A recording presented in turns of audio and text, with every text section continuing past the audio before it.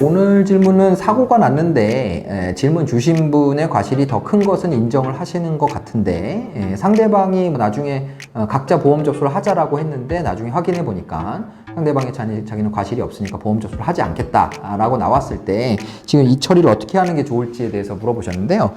일단 경찰에 신고를 하시는 쪽이 좋고요. 뭐 가해자라고 해도 뭐 이제 사건 처리가 원만히 되지 않는다 그러면 경찰에 신고를 하시는 게 좋은데, 경찰에 신고를 했다고 해서 무조건 벌금이 나오는 게 아니에요.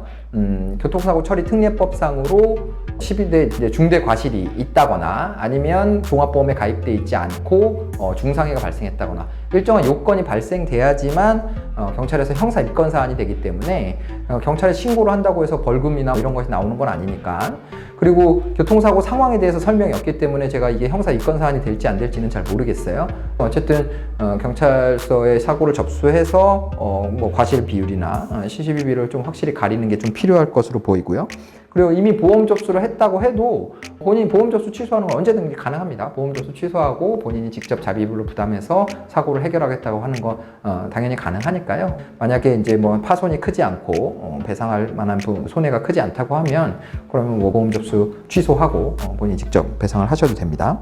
그리고 따로 연락처를 받아서 합의를 해도 아무런 문제 없죠. 아무런 문제 없는데, 다만 객관적인 제3자가 끼지 않은 상태에서 합의가 이루어지면 그 합의가 어디까지 이루어진 것인지 아니면 진짜로 뭐 민형사 모두를 끝낸 것인지 이런 것들이 확실하지 않게 불분명한 상태의 합의가 될 수 있어서 나중에 상대방이 그 합의의 효력이나 이런 걸 다퉜을 때 좀 문제가 될 수가 있어요. 그러니까 만약에 따로 합의를 보실 거라고 하면 이런 사건 처리에 대해서 잘 아는 분을 통해서, 아는 전문가를 통해서 합의의 내용을 어떻게 정하면 좋을지 합의서의 문구라든가 이런 것들을 좀 자문을 받아서 처리하시는 게 나중에 문제가 생기는 걸 막을 수 있겠죠.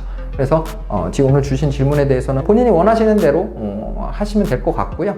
사고 처리 부분에 대해서 직접 보험사를 끼지 않고 직접 처리를 하신다고 해도 법적으로 뭐 특별히 문제가 될 일은 없으니까 그렇게 고려를 하셔서 처리하시면 될 것 같습니다. 네, 오늘 답변 드렸고요. 다음 시간에 다른 질문에 대해서 답변 드리도록 하겠습니다. 감사합니다.